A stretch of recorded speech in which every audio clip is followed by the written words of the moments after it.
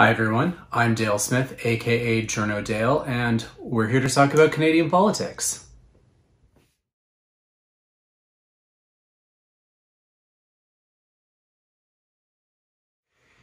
It is time to take some of your questions, and this week we start with David on the Patreon, who asks, what are the legal, political, and moral aspects of the Notwithstanding clause use, say, Ford's current versus Legault's Bill 21/95. And there's a separate one from Ken on Twitter who also asks, do you think it difficult though it would be that the latest use of the Notwithstanding clause by Ford will give the Liberals any reason to try and turf it from the Constitution? So I figured I would tackle those together because they're both on a similar topic. And I guess, first of all, there are legitimate uses for the clause, particularly if there are court rulings that make it particularly difficult for a provincial government for some reason or another. Emmett McFarlane, who is a prof at, I believe it's Waterloo, likes to use the Saskatchewan schools issue as a legitimate a legitimate use of the power, and that was in 2017. The courts ruled that the government had to essentially send non-Catholic kids who were in separate schools back to the provincial system. Something to that effect in any case. But the government of the province used the Notwithstanding clause basically to say to the courts that they didn't agree with that particular balancing of rights in that issue. And so that's kind of pointed as a legitimate use of that particular tool. And they were able to let those kids stay in their separate schools rather than have the huge disruption there. In terms of comparing the use between Ford and Legault, in Ford's case, it's pretty self-interested in terms of when he threatened to use it, when he was when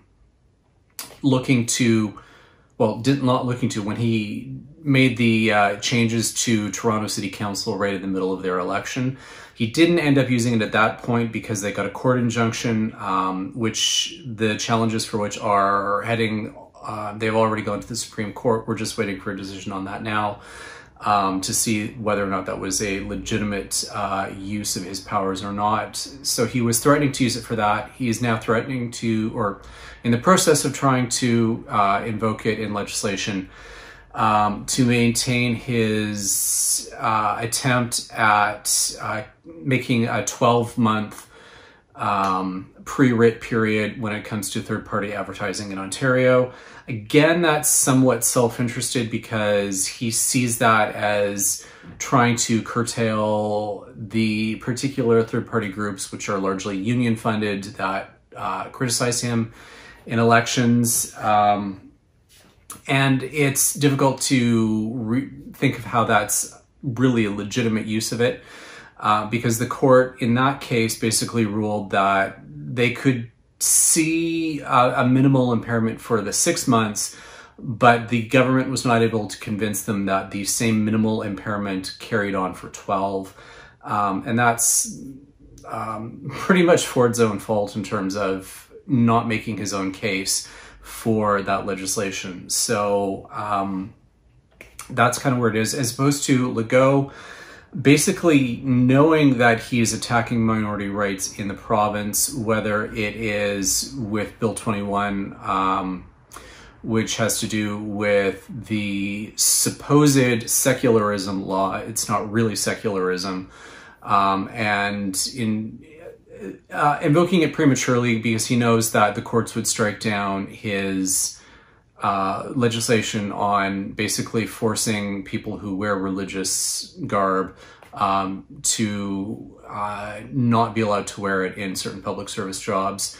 Again, he's threatening it with Bill 96, which has to do with his official languages bill, which would hugely impact the rights of largely Anglophones in Quebec, but any other, because it's because they would count under the Official Languages Act federally. And he's trying to essentially undo any of those particular linguistic rights for Anglophones in the province. And so again, it's about basically using it to stomp on minority rights, which makes it a less legitimate use of the clause. When it comes to the secondary question on, is this going to give the federal Liberals an impetus to try and turf it from the Constitution? I'm going to guess probably not. Paul Martin tried that as a Hail Mary pass on his last election. It did not work. Given that it would require a constitutional amendment, likely, at the very minimum, 7 provinces representing 50% of the population would need to agree to it. We know that as soon as anyone starts talking about constitutional negotiations, all kinds of provinces have demands that they want satisfied. That would likely just be a non-starter politically, even though this particular tool is very controversial. Like we've shown, there can be legitimate uses for it, but it's one of these things where there's supposed to be enough embarrassment or political pressure for them not to use it in most circumstances. When we've got populist governments in Ontario and Quebec who don't seem to care about that kind of political or popular pressure because they're using their populist means to kind of appeal to a particular narrative or demographic. And in particular, when it comes to being able to stomp on minority rights, populists basically love doing that kind of stuff. So, so that kind of prohibition is less, it doesn't work on them as well. So, and I can't see them looking to give up that particular ability if a constitutional negotiation was to take place. And without Ontario or Quebec on board, that would basically be a non-starter. So long-winded way of saying I don't think that is a likely possibility, at least not in the near future. Our next question is from Jennifer on the Patreon, who asks, what is the reason for my opposition to the creation of new officers of Parliament, and whom should they report to? So it's slightly more complicated question than that. It's not so much that I object to their existence.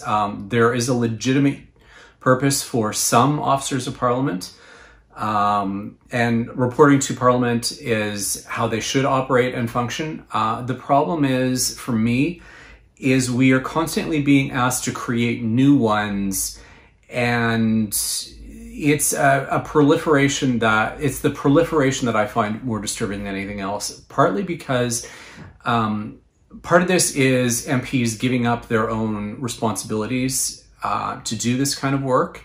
For example, the parliamentary budget officer, I fail to see how his the creation of that office was a real benefit to Parliament, in the sense that they can get forecasts or economic forecasts through various means.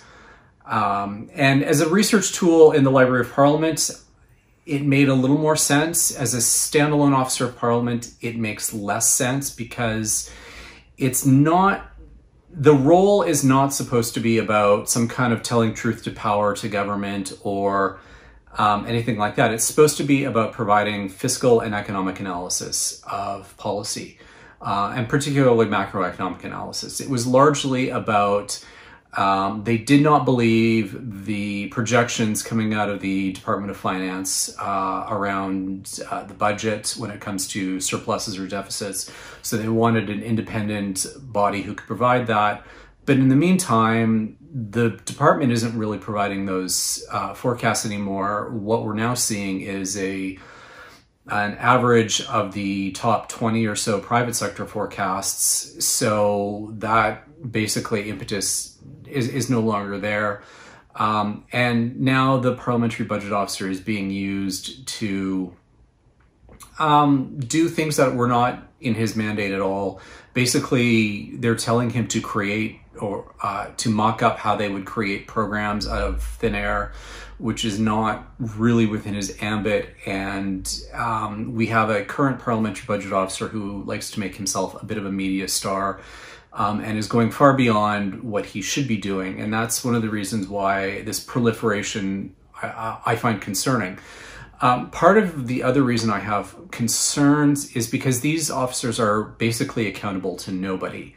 Parliament, I mean, they can be fired for cause, and that almost happened once with the first public sector integrity commissioner. She turned out to be a very bad fit for the office, and before Parliament could move a motion to remove her from the position, she resigned. But it's one of these things where we really don't have any way of holding these officers to account because they are accountable to nobody. And there isn't any real even media or popular pressure that we can bring to them because the media loves them because they say mean things to governments all the time. And so even when they get it wrong, and as a good example was the Auditor General's audit of the Senate was terrible. Legal analysis of it after just basically panned a lot of the judgment calls that had been made in that. So much of that audit was basically the AG and his staff deciding what was and was not legitimate based on gut instinct. They didn't have any consistency in what rules were being applied to that or so on. And so that was an example of where the officer had kind of gone beyond his mandate or was at least not doing his job in a very good way, but nobody would hold him to account for it. And the press just lapped up his report because it said mean things about the Senate. And so there was no accountability for the failures in there. And that's one of the things that I have concerns about. And so when we have demands to create yet more officers of Parliament, one of the newest ones is a military ombudsman, to take that out of the role where he reports to the minister or the deputy minister and then have him report to Parliament instead. Again, it's one of these things where what is the purpose of creating another position that has no accountability, particularly when there have been problematic people in that role in the past? And why does it serve the greater good to come up with to create this position in a similar way? So those are kind of my objections. Like I said, there are some of the ones that we have right now are perfectly legitimate and they should do their jobs in the way that they are in terms of as officers of Parliament. But we just need to be careful that there are limitations to this. There are concerns about how some of these people do their jobs. And it's also why I kind of hesitate to give the existing ones even more powers, as is being suggested in some cases. So that's kind of where I'm coming from, and I hope that explanation helps. Our last question comes from Patricia, who asks, why is the Governor General search taking so long? Any idea who it may be? Names, gender, province. So we have learned this last week that the list or the short list will be handed to the Prime Minister In the next few days, we know that the Prime Minister had a conversation with the Queen about it while he was in the UK for the G7 meeting. It was framed by some outlets as consulted, but it sounded from the PMO readout that he was explaining the process that they were using to the Queen, because the way responsible government tends to work is that he gives the name and she approves it. Although there is a little bit of contention in academic circles that she may have slightly more say over this particular appointment than any others, because it is her personal representative. So suffice to say, that's where we're at. It's coming soon.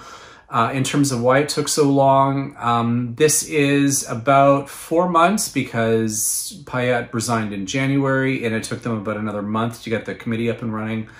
And then we're about 4 months out from that, which is actually not as long as the old process took with the old Vice-Regal Appointments Committee, which generally took about 6 months for a Vice-Regal appointment from start to finish. So we're a little under that in terms of timeline. So it is annoying. It's slightly problematic in terms of the demands we're making on the Chief Justice as the role of administrator in the meantime. But it's not too out of bounds in terms of 4 months to come up with this. In terms of anything else, I have not heard any particular rumors about names, province, gender, or anything like that. The general rule has been to alternate between Anglophone and Francophone. And so Payette being a Francophone, it is likely we will have an Anglophone as the next Governor General. But this government sometimes likes to threaten to overturn some established conventions if they think they're going to get some particular purpose out of it in terms of diversity or something or other. The only thing we've heard is that there is a quote-unquote interesting list of names. I believe Dominic LeBlanc said that as the co-chair of the committee. So that's kind of where the process is at. We should find out within the next few days, and possibly have an installation near Canada Day. So we'll see. And that's everything for this week. Join us again next week for some more Canadian politics. I'm Dale Smith. That's at journo_Dale on Twitter. And don't forget to like the video, share, subscribe, and support us on Patreon. Thanks, everyone.